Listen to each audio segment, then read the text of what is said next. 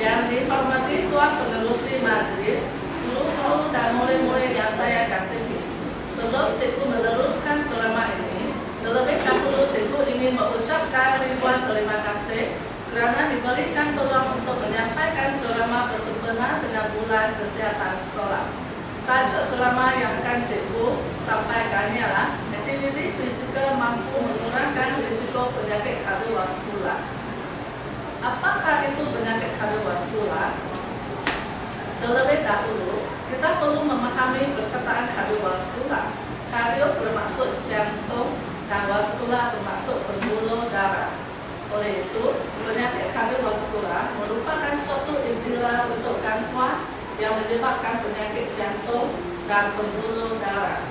Ada 3 bentuk penyakit kardiovaskular, yakni penyakit jantung koroner, penyakit cerebral vaskular, dan penyakit vaskular perifer.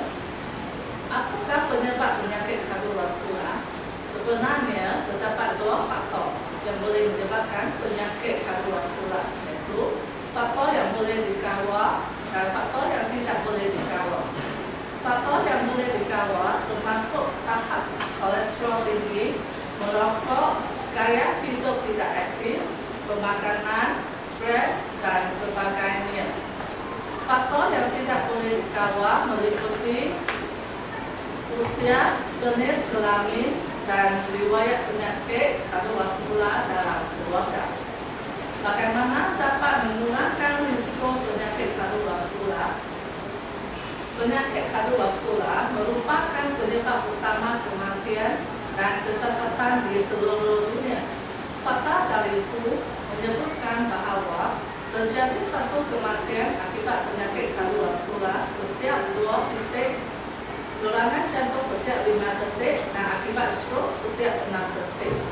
Setiap tahun, lebih kurang 17 juta orang meninggal akibat penyakit kardiovaskular.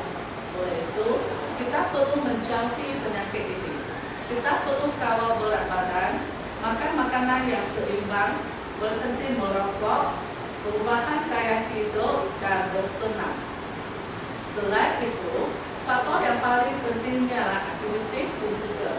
Aktiviti fizikal ringan atau sederhana termasuklah berjalan kaki sambil bersia-sia, naik tangga, berkebun, membersihkan halaman, kerja rumah yang sederhana atau berat, menari, dan senaman di rumah. Aktiviti fisikal berbentuk aerobik yang lebih cerdas seperti berjalan pantas, berlari, berenang, berbasikal, muncul kasut roda, dan lompat tali. Aktiviti ini boleh menyebabkan kita bernafas lebih kuat dan jantung kita pun bekerja lebih kuat untuk mengepang darah. Ia meningkatkan kesehatan jantung dan paru-paru kita. Sebenarnya, kita harus melakukan selama 30 menit sebarang aktiviti fisikal setiap hari. Tambahkan setiap aktiviti kita sekurang-kurangnya 10 menit setiap kali. Mulakan perlahan-lahan dan tingkatkan sedikit demi sedikit.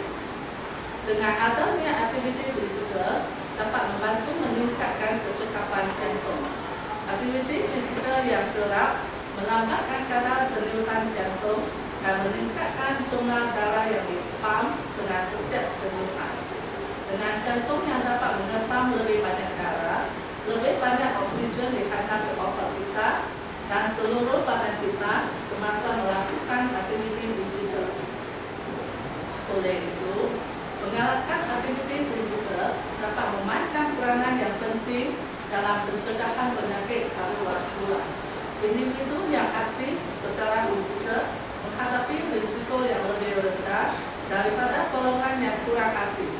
Bersenamlah selalu untuk menjauhi penyakit kardiovaskular. Sekian, terima kasih.